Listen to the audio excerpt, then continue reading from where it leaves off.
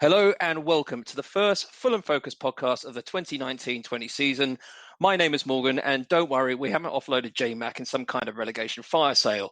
The gentleman at the Focus team has been off representing England in the World Cup podcast host this summer, so we've given him a little bit of extra time off to recover. So like a host equivalent Marcelo Jallo, I'm stepping in this once just so I can justify going on the end-of-season piss-up. Joining me today, as is the way with Fulham Focus podcast, are two Matts. First off, welcome to Eastbourne's number one Fulham fan, Mr. Matt Domm.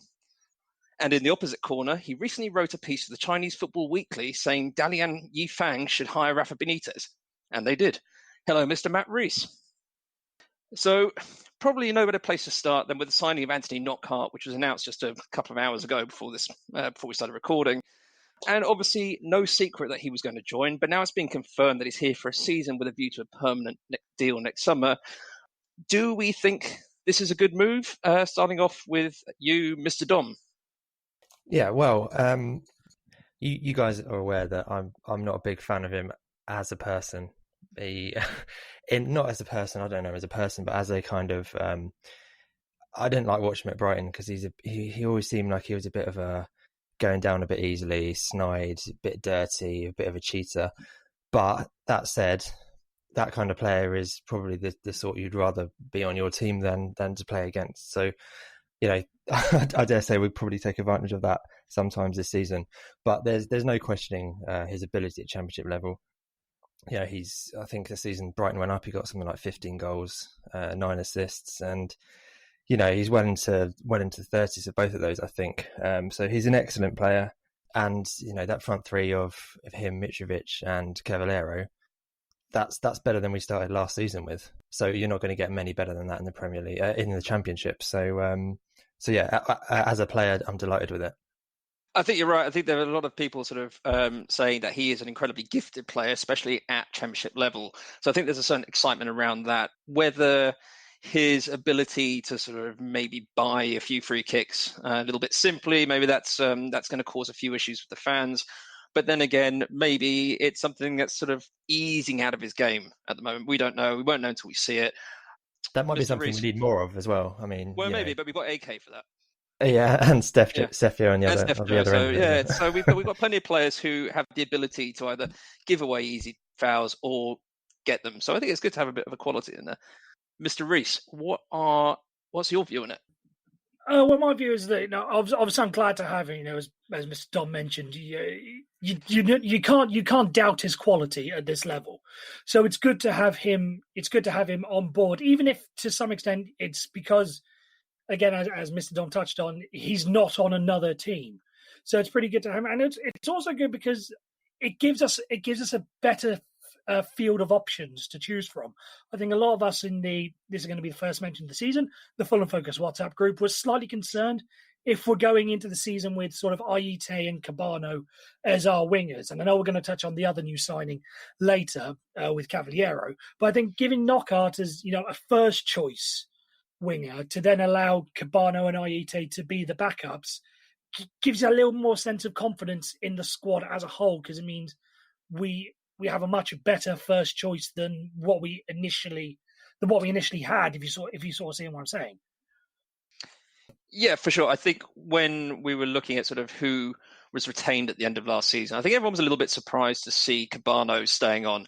I think Aite gives us a little bit more squad depth. I think Cabano proved himself to be a really average footballer at the best of times. Obviously, he had a sort of part of the season where he was okay in the Championship, but I don't think anyone's really seen anything from him that would say justify his place in the squad. Whether they activated that extra year just so they get a bit of a transfer fee for him, I don't know.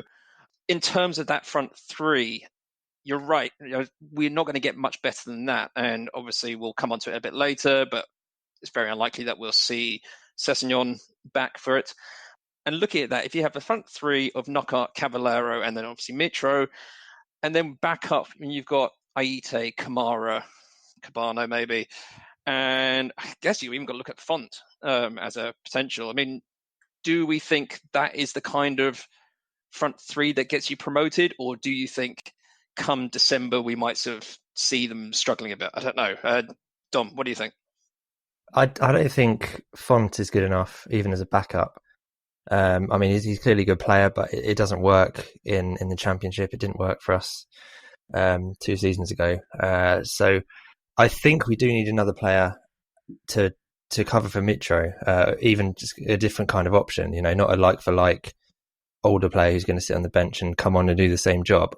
I think we need someone with a bit more pace to get in behind as a second option, and maybe Kamara could be that if he's played through the middle. I know he wants to be a striker, although he's sort of played more on the right in the friendlies and obviously in his career with us to date. But if we'd started with that team now without another backup striker, I think it's pretty good. We couldn't have asked for more having gone down. I think to strengthen your attack is is a pretty special thing once you got relegated. Yeah. So yeah, I mean, I think we need a backup, but right now we need to turn our focus to the defence.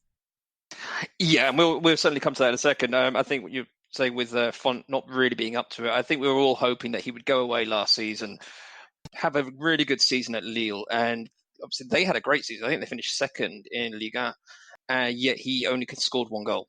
And he played quite a few games, but really didn't hit the target much at all. And so I think that's disappointing. I think it would have been great if he come into this season with a bit of confidence, but I think you're right. I think the likelihood is if we don't loan him out again, we might sell him, but he won't be seeing a huge amount of game time. What Mitro has had over the last 2 seasons, well, a season and a half, is consistency. He hasn't missed much game time. And I think hopefully if he can keep that up and sort of avoid any injuries or suspensions, then we won't have to have a grade A striker as a backup. I think obviously Marcus Gale, sorry, not Marcus Gale, he's long retired. Dwight Gale, it would have been a good option to join him up front, but I think as a backup, he probably won't go for that. I mean, Reece, what are your thoughts generally on that sort of front three? On that front three, I sort of agree to some extent with Mr. Domm. I know this is going to get very boring if we agree on everything, but trust me, there's going to be plenty of time for the rest of the season for me to antagonise and be wrong about a lot of things. But no, I agree with what Matt Domm said. If we sort of keep things as they are, if we have Boubacar Kamara as the backup centre forward, I'm not overly disappointed. Yes, I think we can do better, but yeah, could we get a better player who's willing to sit behind Mitrovic? No, I honestly don't think so. You mentioned Dwight Gale; he's not going to want to be. He's not going to want to be a substitute. Boubacar Kamara may, if he can see how well he's, does against tiring defenders at the end of games, then maybe he could see his use for that and be happy with that role. So I wouldn't be disappointed with Kamara as our backup. And, and with likes of Aita and Cabano as our backups. But could we do better? Yes, but I'm not disappointed. No, and I think, as Don pointed out, we can't be disappointed with the fact that we have actually strengthened going down even. So I think we can look with a bit of confidence going into our first game of the season that we do have a front three that potentially should be the best in the Championship. Obviously, let's move forward onto other sort of incoming players or perhaps lack thereof. I think one of the big issues that we're currently facing is that our defence hasn't been strengthened.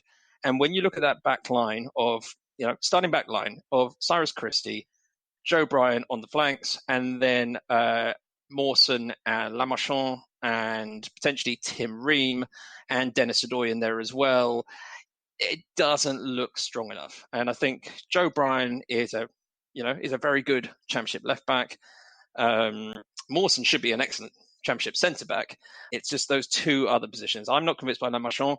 And obviously, Cyrus Christie can do a job, but would you want him as the starter, or do we look for a new one, or do we blood in Steven Sessegnon? Dom, what's your view on where we are with that at the moment? Yeah, it's a tricky one. I think for sure we need a right-sided centre-back without fail, because even though I think look how good we look going forward, we might get away with it not strengthening at the back. I'd be much more comfortable if we got someone alongside Alfie. Dennis Adoy, great person, but I don't see him as a centre-back, as a starting centre-back, even in this league.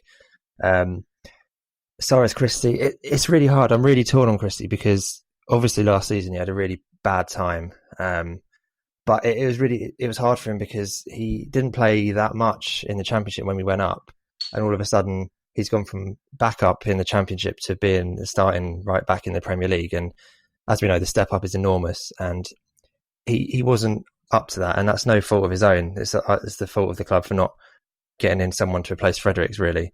But looking at the way we're probably going to attack with that front three, with two wingers that cut inside, we're going to need a really dominantly attacking right back. It's similar to Joe Bryan, I suppose, on one flank, who can overlap and get crosses in, because Mitro needs those crosses. And do I see that as Cyrus Christie? I don't know. I don't think he's good enough going forward. But if we don't strengthen there, then he's proved himself at this level. So it's a tough one. We need to strengthen this. I think what I'm trying to say.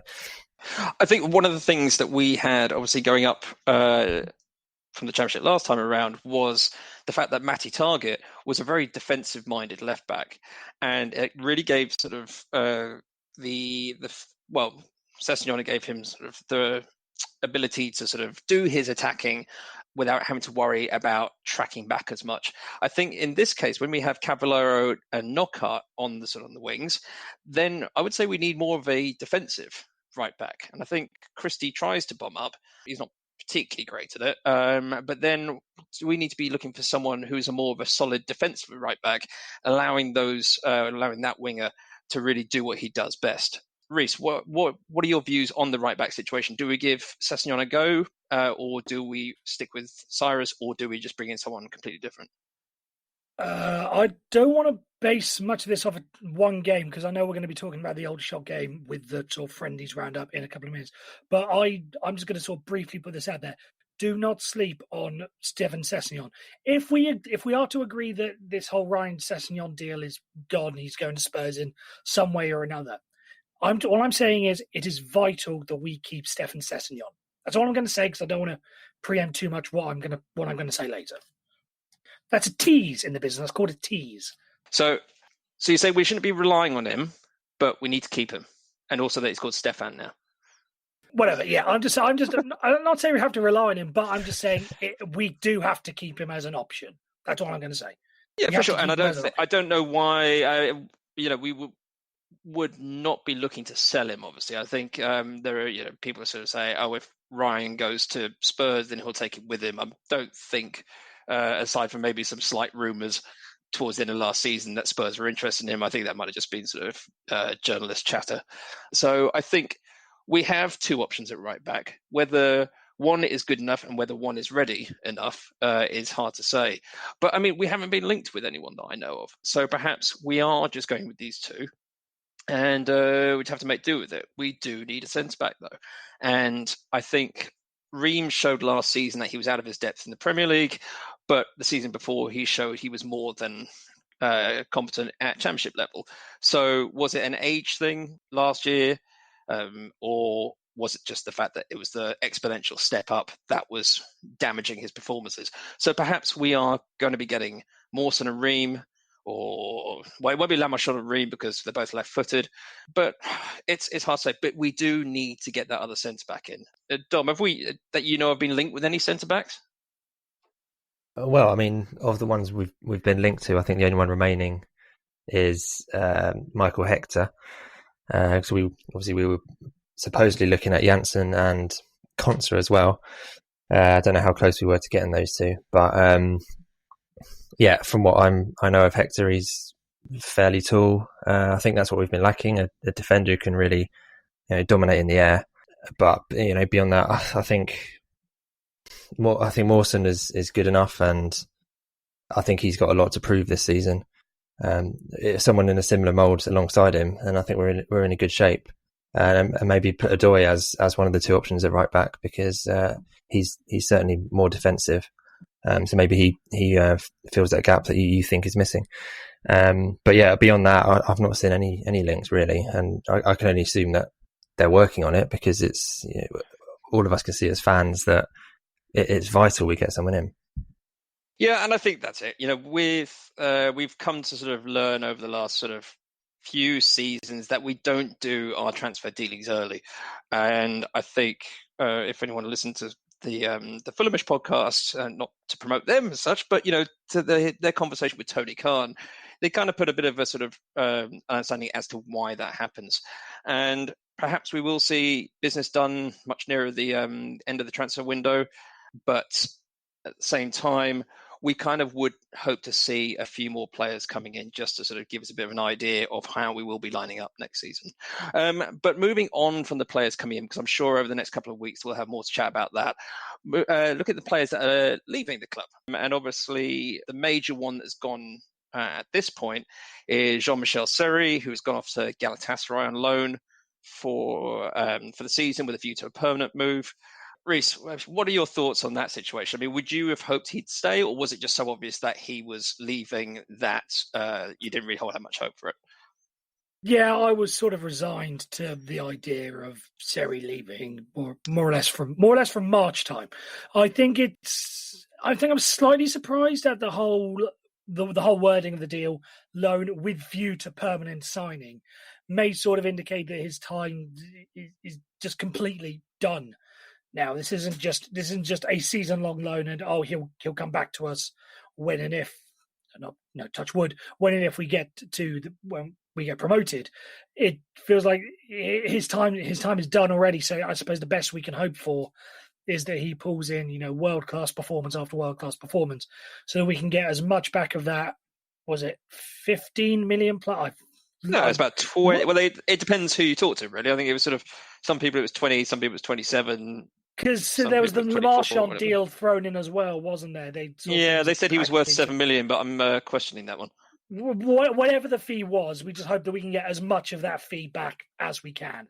That's sort of really my only hope for this. If he plays a stinker, he plays a stinker. If he plays well, he plays well. I don't really care. Just get as much back for that feedback as we possibly can. That's my only view on it.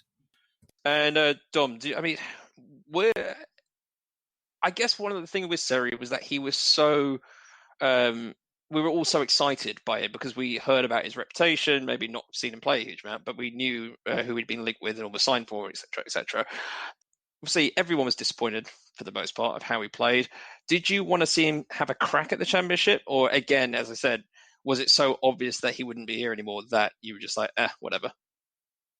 No, I wanted to see it for sure because I think he would have, passed the ball around every other team in the league. But yeah, like Reece, I was resigned to it. I'm not surprised at all.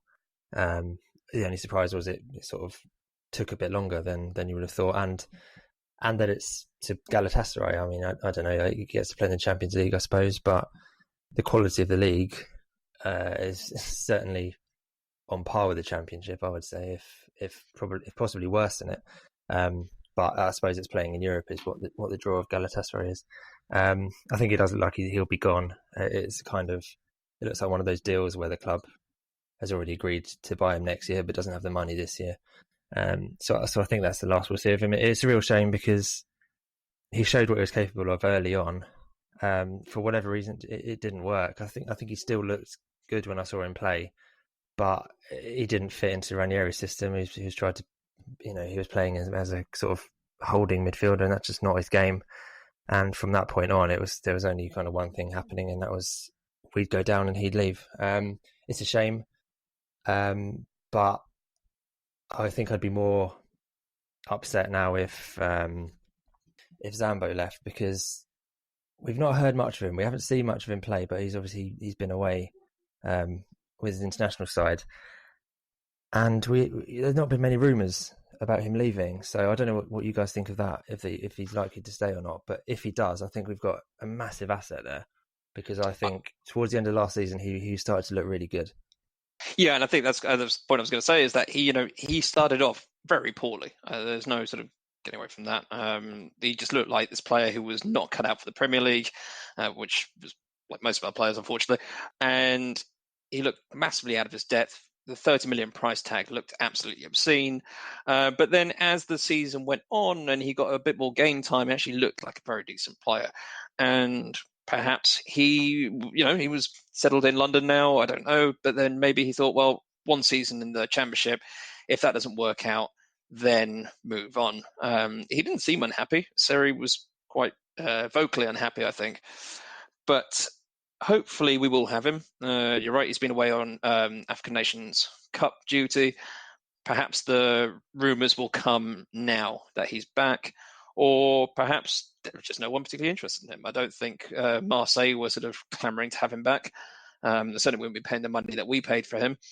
And maybe that was the thing. Maybe the price on his head was much higher than people were willing to pay. But yeah, hopefully he will stay. It would definitely make a big difference to our midfield in the Championship if he were to be in it. But yeah, so fingers crossed for that one. Other players who might leave, obviously, I can't really think of many other players who are destined, big players who are destined to exit. But obviously, the one that is most likely to happen, we imagine probably will happen in the next week or so, is Ryan Sessegnon. And the hope is that we'll get a player either permanently or on loan in return, or at least a shitload of money for him. I mean, Reece, we all know he's going. What's your whole view on this? Yeah, again, mine sort of what you touched on is hopefully at least we get something in return. Rather, a ton of money would be great, but I just feel, we sort of touched on the signings earlier. I just feel like money plus a player would sort of. I don't remember. We haven't been seriously linked or concretely linked with anyone coming the other way. There's been a couple of names sort of floated around, but I don't think any have actually been sort of concrete or, to be honest, a realistic chance of us being. Someone mentioned Wanyama, and I can't see him agreeing to move down a division personally. So I don't think it's likely to be him. I personally think I would like, because we mentioned the defence earlier, I'd like to see it to be Cameron Carter-Vickers personally. Just, I think that's what we need most as a defender, and he's probably the highest Spurs player that we're probably likely to get out of the deal. So hopefully it's going to be him. But so long as we get a player out of the deal, then I'll be happy with it. Yeah, I'd rather we didn't get any players, to be honest.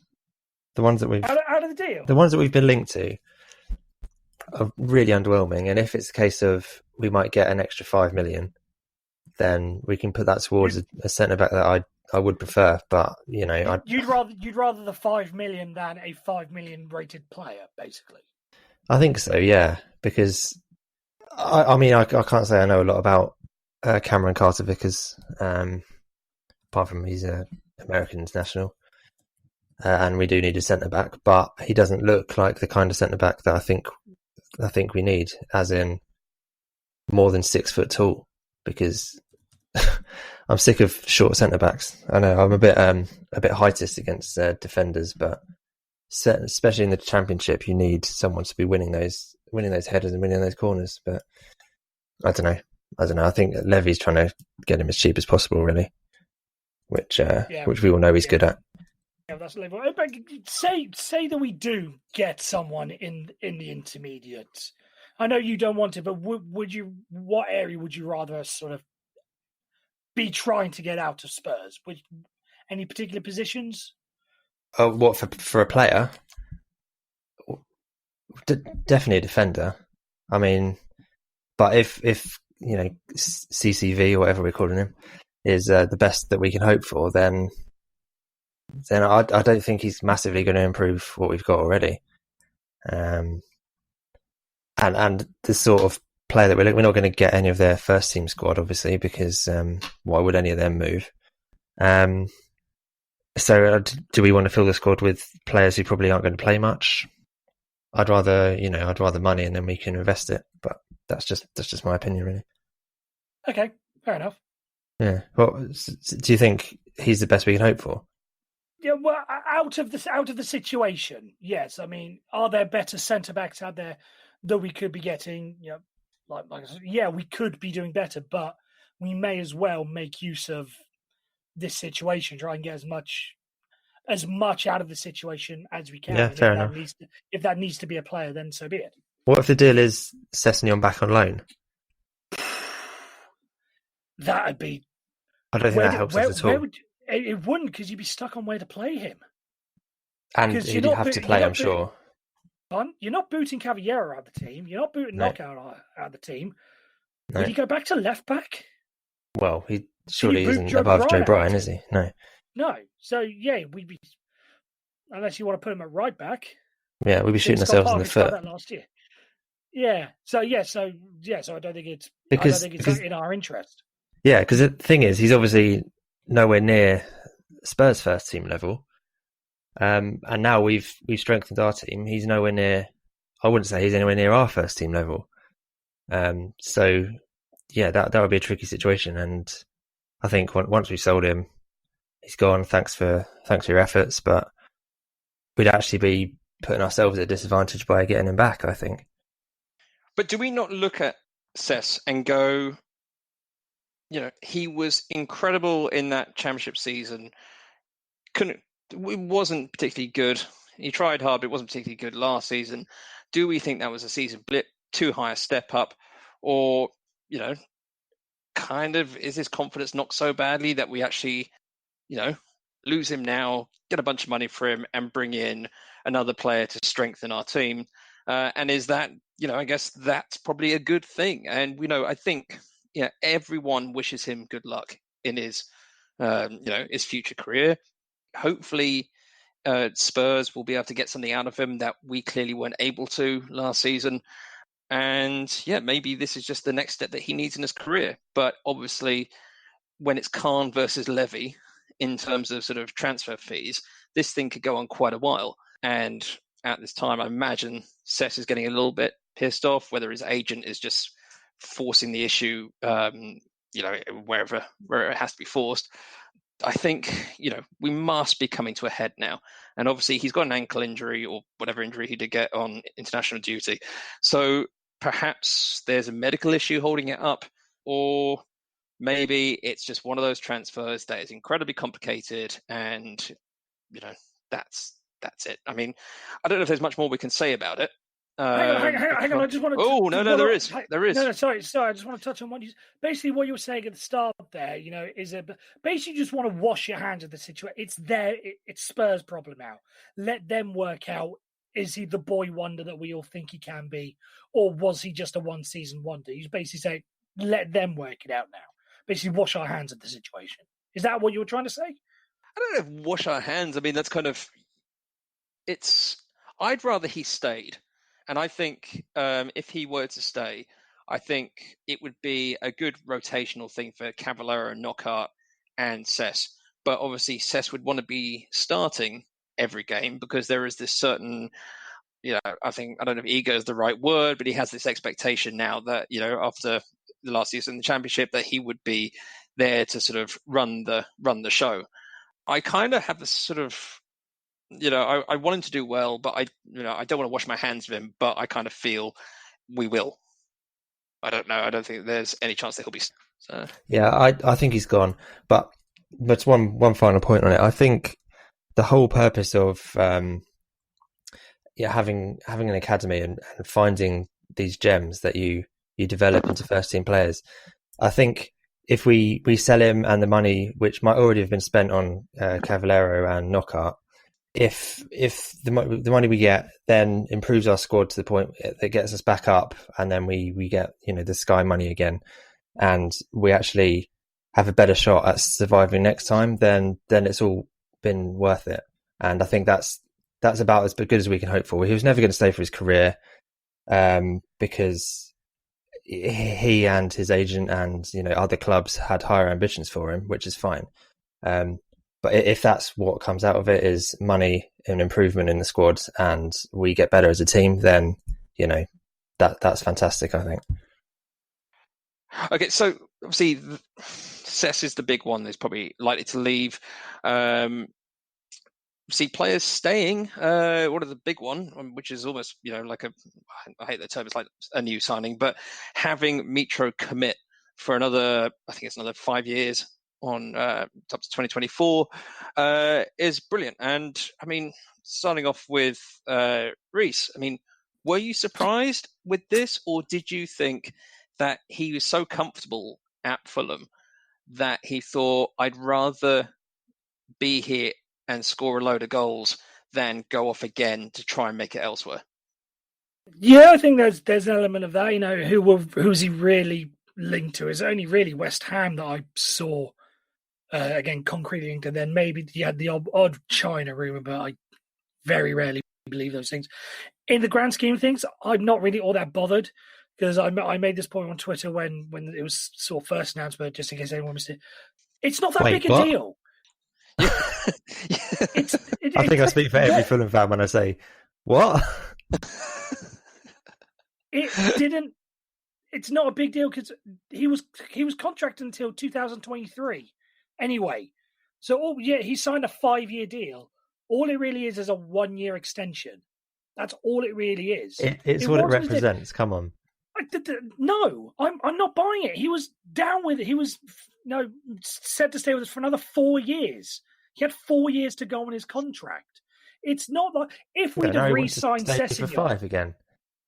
I just didn't get the fuss of it. Same thing with Tom Cairney. When you look at it, take a step back and look at it, all it really is a 1-year extension. It didn't make that much of a difference.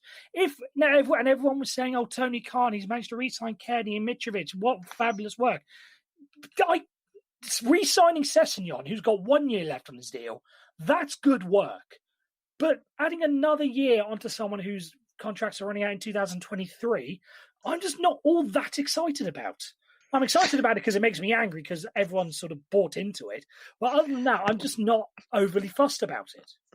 I think we all know what the main thing that seemingly these contracts represented was the fact that all these players seem to have a relegation wage drop. They had a promotion wage rise, which then became a wage drop.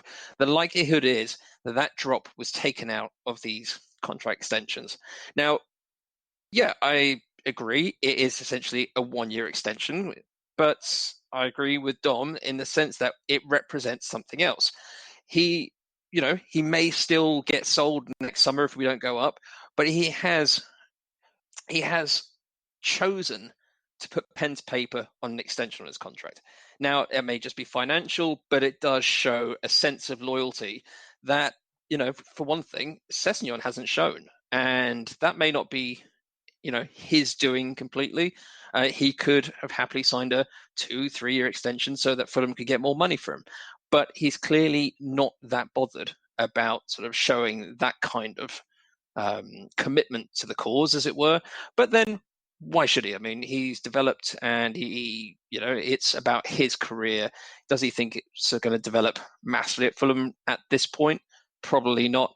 So he hasn't sort of had the urge to do that. Mitro thinks that he'll stay for another season, score 20, 30 goals, and then if we don't go up, he'll move on to bigger and better things. But, I mean, Dom, obviously you were happy that he'd re-signed. I mean, do you kind of agree with Reece, or do you kind of think he's just talking shit? Well, I mean, we all know what we all think. But, It's a default state, isn't it? But I do take the point. It would have been great business to get Sessegnon to sign another deal, because that would have been, and it's easier to get a player to sign a deal when they are going to have a lower wage otherwise. But for me, the statement is that he joined the club because of Jokanovic. Let's face it. If Jokanovic wasn't in charge when in January last year, when we signed him, we wouldn't have had a chance of bringing him in. But Jokanovic is gone now, and he still looks like he's happy. He still says he's happy, and he's agreed to stay, for another 5 years at the club. So he's now he's staying for Fulham rather than Jokanovic. So I think there's a lot to it, and I'm really delighted for it. And it's a statement that the Khans want us to come straight back up, because when we went down last time, we had a lot of short-term deals. We had a lot of old players, and we had a lot of players who never in a million years were going to play in the Championship. And that screwed us up for 2 seasons until we managed to turn it around and get in some younger players and some players who are hungry to go up and want to play in the Premier League. And this time we've gone down. We've signed our two of our key players to new deals. There's not a whole deal of talk about players leaving, and we've strengthened the squad. So from that point of view, I think it's massive. Yeah, I think one of the benefits of going down straight after coming up is that the players were kind of expecting a bit of a fight, or a massive fight, as it were. I think Steph Joe going out alone might have caused him to go, well, why am I still here? I don't feel appreciated, but and I'll find a club that does want me. But he seems to have come back in, and Parker's played him, and I think perhaps I don't think any footballer knows their level, but perhaps he's thinking, I'd rather be playing for a championship team pushing for promotion than any other championship side who may be sort of looking to finish mid-table or whatever. Player like him, maybe K-Mac as well. You'd be looking at sort of someone like him who I would suggest knows his level now. He's at that age now that he's not going to be expecting a Premier League move, but he will do his best to help Fulham get promoted again. And you do have these players that are experienced in the Championship and weren't, obviously bothered that we got relegated, but they were like, well, that's not going to cause me to leave. So I think we have got this solid base. Obviously, we've added, we may lose one player, but if we only lose one major player, apart from Seri, another major player after being relegated, that is a much healthier position than we were when we came down at the end of 2013-14. So I think we can all be confident that we are in a good position. One major question is, will Scott Parker be the manager to really push us to the next level? And we didn't see a huge amount at the end of last season suggest that he is, he's going to be a managerial marvel. But I think we could have already brought Alex Ferguson or Arsene Wenger in, and they would have had a tough time as well. So quickly sort of looking on this before we go on to the preseason so far, Reece, what do you think of Parker? Do you think he is the man to lead us in the Championship, without being negative in the sense that I think, we really hope he is, but is it going to be a sort of a Lampard situation almost? I think he did enough during the games that he was in charge. Like that 3-match win, 3 wins in a row, 3 clean sheets in a row. It gave you the sense that, right, he can get something out of the result. Let's put, the Newcastle result aside, because end of the season, everyone really sort of jacked it in. Maybe everyone was all busy, hungover from celebrating Tom Kearney's new contract. I don't know. But on the whole, he gave you enough results to make you think, right, if he can do these sort of things against struggling, bottom to mid-table Premier League teams, then against Championship teams and maybe the struggling, lower to mid-table ones, he should be able to do a good enough job. The big question is going to come in is, when we play the big side, when we play the Leeds, when we play the West Broms, are Derby going to be the same as they were last year? Middlesbrough came incredibly close. All those sides that are going to be challenging with us, how's he going to fare in those games? Those are going to be the ones that are sort of going to determine whether or not we go up. And there's just a little bit in the back of my mind that says he may just be 1 year away from being able to crack those results. So I'm confident. Do I think he's going to be, the next great manager? No. But I think it seems to be the recurring theme of the podcast, we could be in a lot worse spot than we are now with Scott Parker. Yeah, and Dom, what do you think? Obviously, Derby lost Lampard to Chelsea. I'm not sure how Derby fans felt about that. Obviously, they got to the playoffs final, but they brought in Philip Cocu. On the face of it, that looks like a great managerial appointment, but we've got a manager who's in his first full season. Do you think for the Championship that's going to be an issue, or do you think he's got the team on side enough now that will come out all guns blazing, will play for Parker, and we should sort of see the season through? Yes, it's a tough one. I think when you look at the squad, particularly the attacking signings we brought in, and the players we've retained who we know what they can do at this level.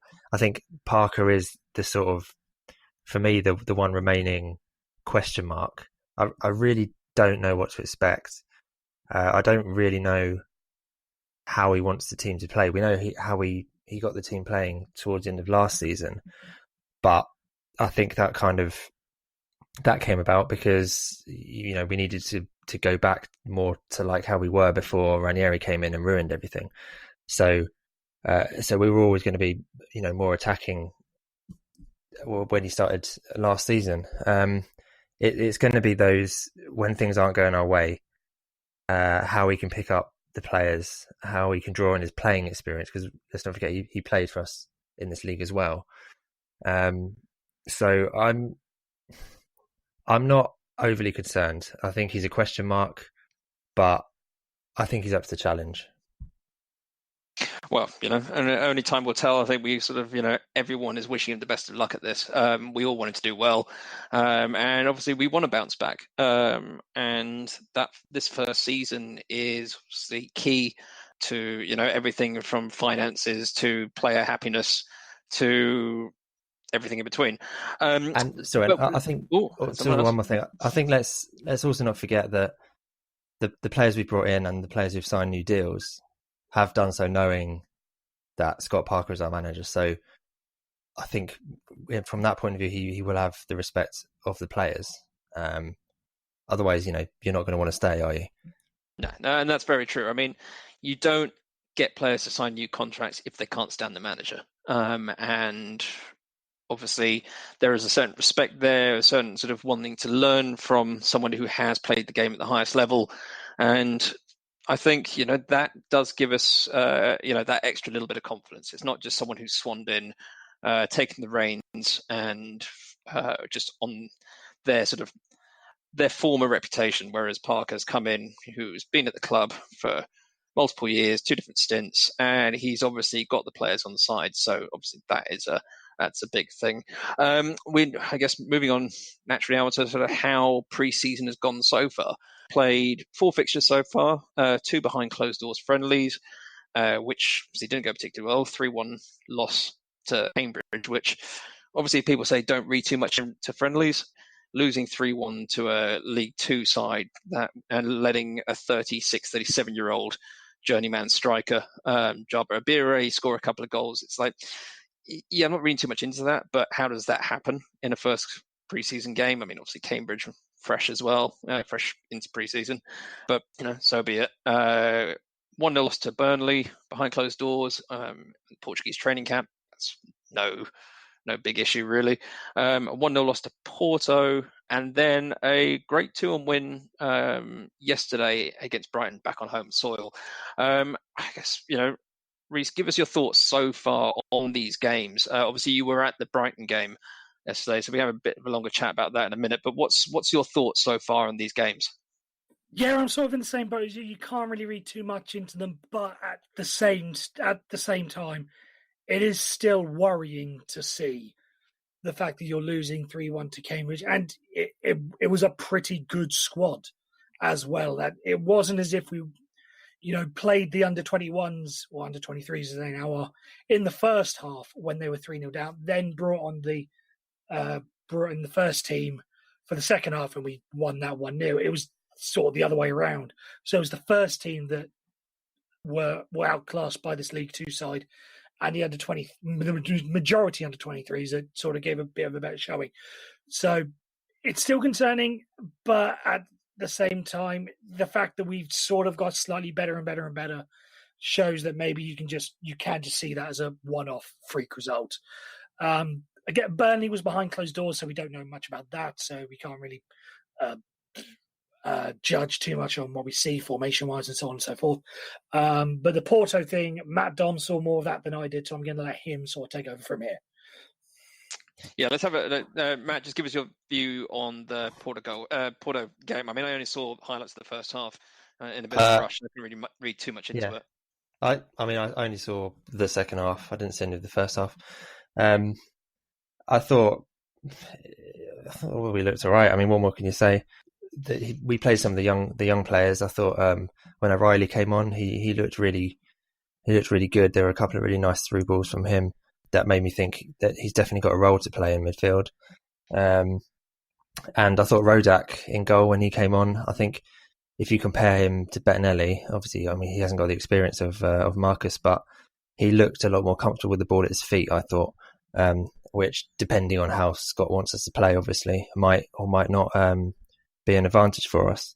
Other than that, AK looked explosive and dangerous and wasteful, which is what we expect of him. Standard AK, really, isn't it?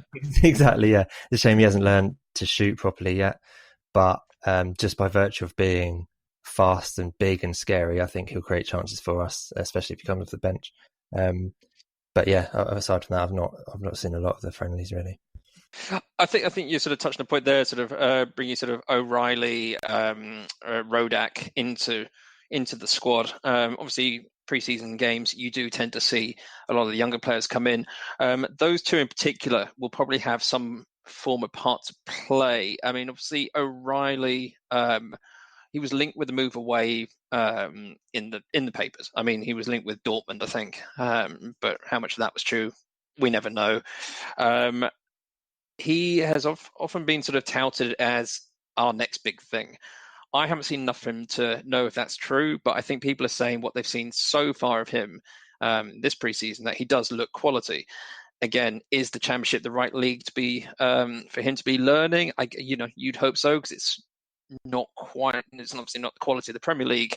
It is a bit more rough and tumble though, and I think we've seen in the past players like Pat Roberts, for example, couldn't handle the Championship because it was too physical. And hopefully for O'Reilly, maybe that won't be the case, and he gets some decent game time. Rodak in goal. He's had two full seasons playing first team football with Rotherham. They say he's very good. Results last season for them obviously weren't great, but they were up against it for the whole time. And the season before, they got promoted. And I mean, I've said this a lot in the past. I'm not Bettinelli's biggest fan.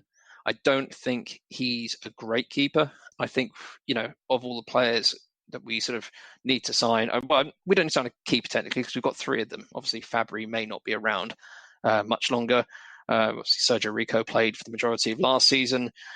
Do we see Rodak and Bettinelli fighting out for the number one spot, or do we see Bettinelli being the number one with Rodak just bench warming for the whole season? Reece, what are your thoughts on that particular situation before we move on to the Brighton game? I think we're going to go with Bettinelli in goal to start with. I think, Rodak will be the backup. Where that leaves Fabry, I honestly don't know.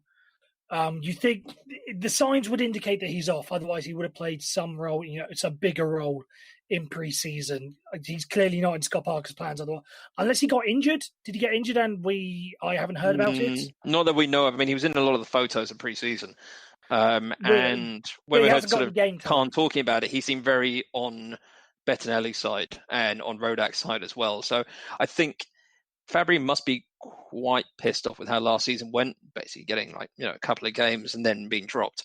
So I would like to have seen more of him. He came in with a massive reputation, and I think the way he was treated was a bit harsh. And I'm not sure sort of anything really improved once he was dropped. So I would like him to get another go, but I don't think that is going to be the case.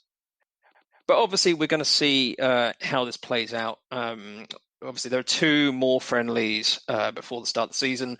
Whether we see, Fabry or Rodak starting, I think you're right. I think Bettinelli is going to be our number one at the start of the season. And, the hope would be we will see some consistency in that number one spot, because it's been a position that we haven't really seen one keeper play a full season for a while.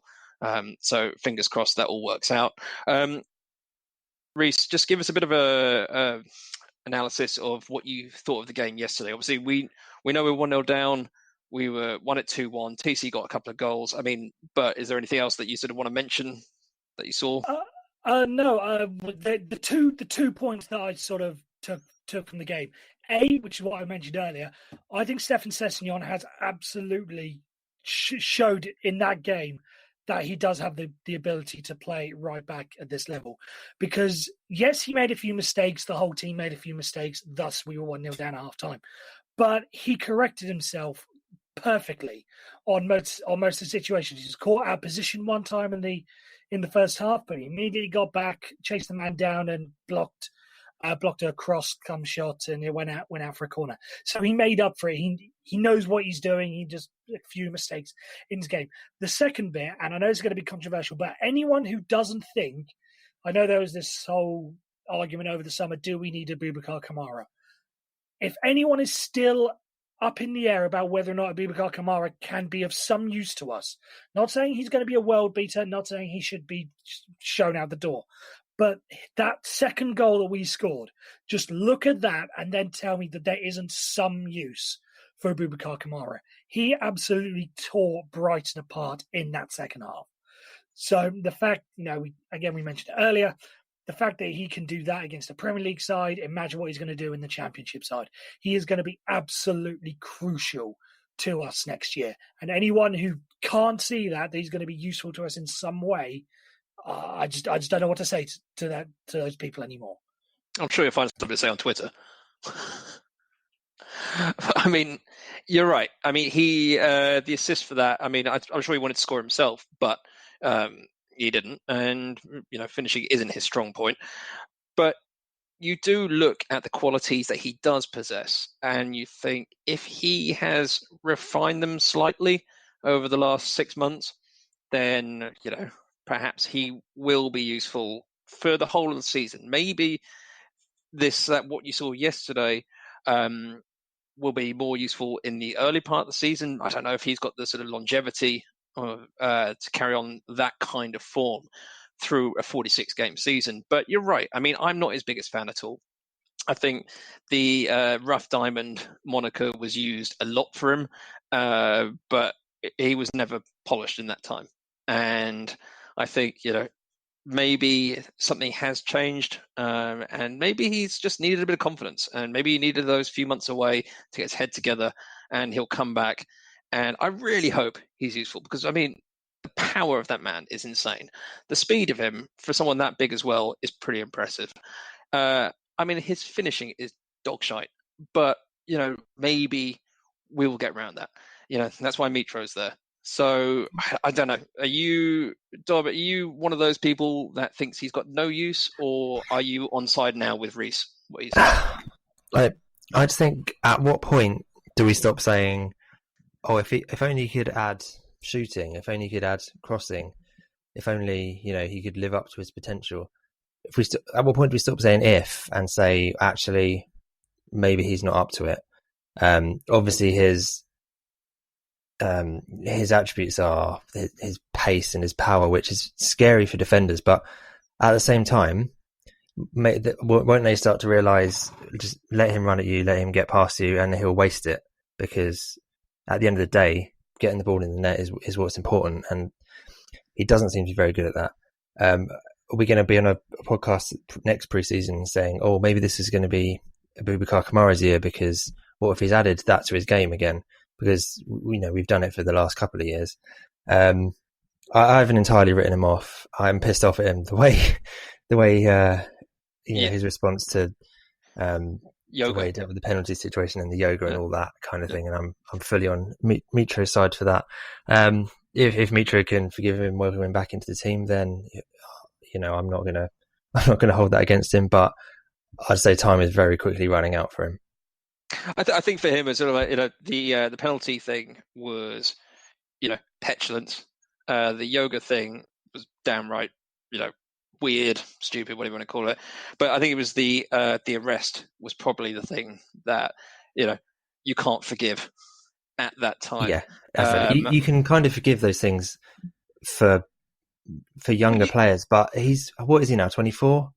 Something like that, 25, 24. But he's, you always get that in football squads. You always think, they're harmonious through the whole time. But they're not. I mean, you hear stories about people like, there are stories about players decking each other in trading because they just don't like each other. But they get over it because they're a team, they're quality players, etc.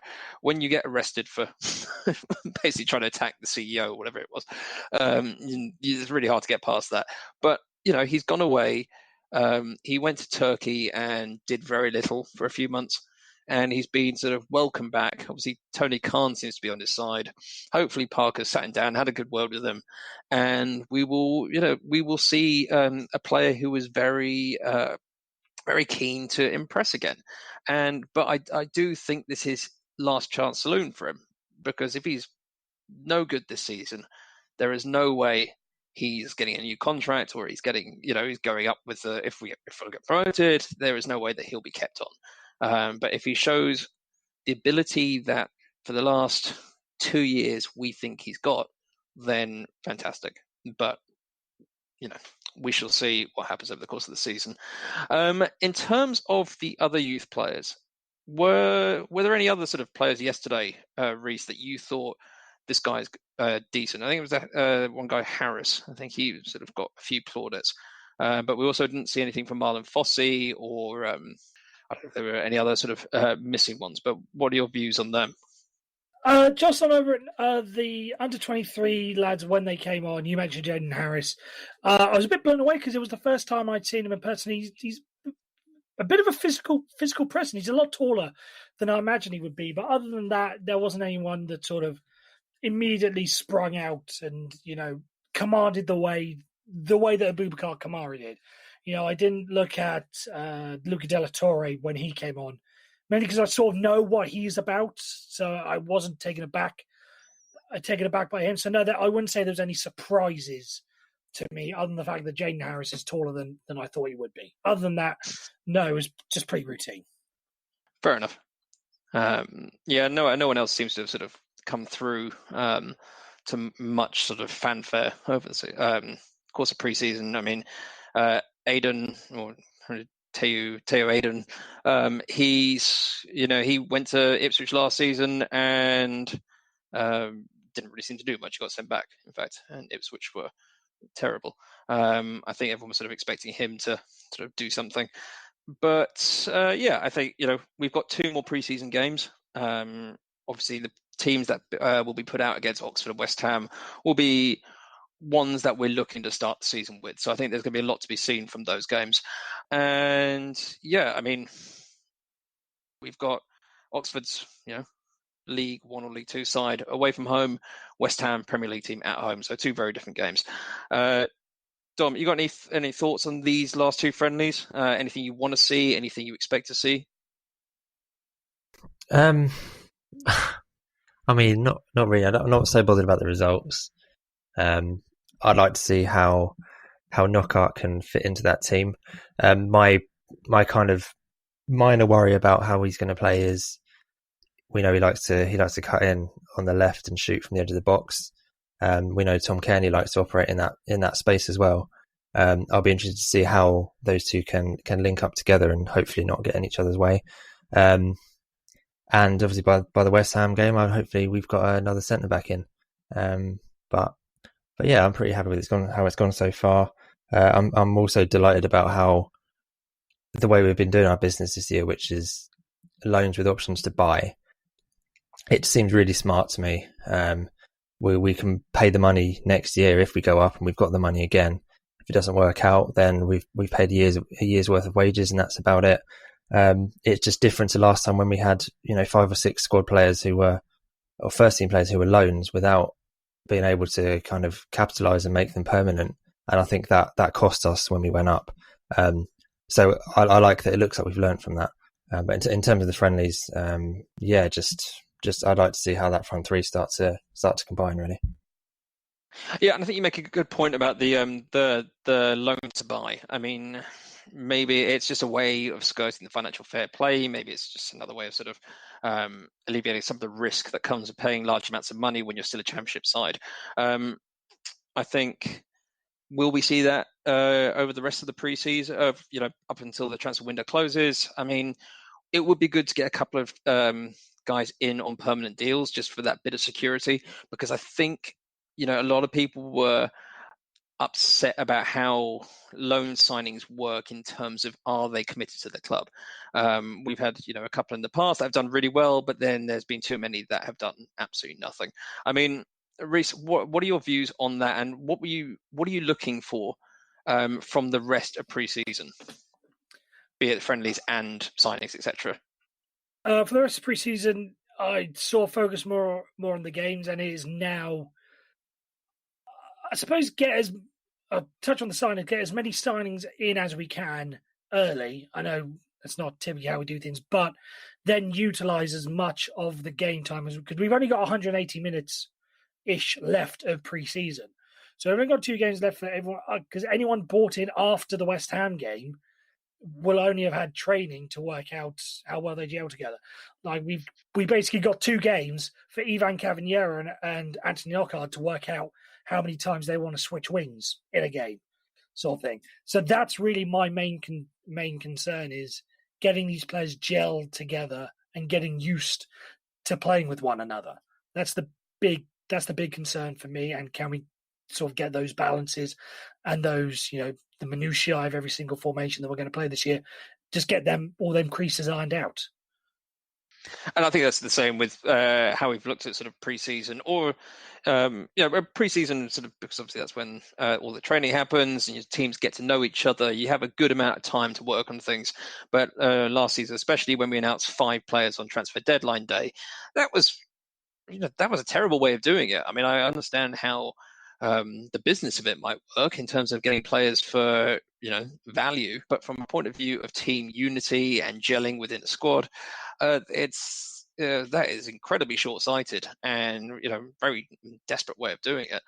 But I think bringing in 2 quality players while we still have some friendlies left was very important, and hopefully that will be integral to sort of success in the early part of the season. If we bring in a couple more players towards the end of the window who take a bit of time to gel in, but then have a really strong effect in the after the first third of the season's over, then first quarter, whatever.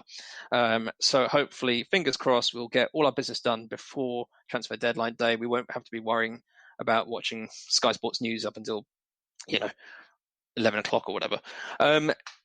Just to wrap things up, Dom, have you got any extra points that you want to sort of raise, or anything you've seen that you have liked or want to talk about? No, I don't think so. No, I think you've seen it. We've spoken about it. It's I think there's a certain element of confidence going in because of the players that we still have. Right? Yeah, I think I just want to. I think we really need to start this season well for once.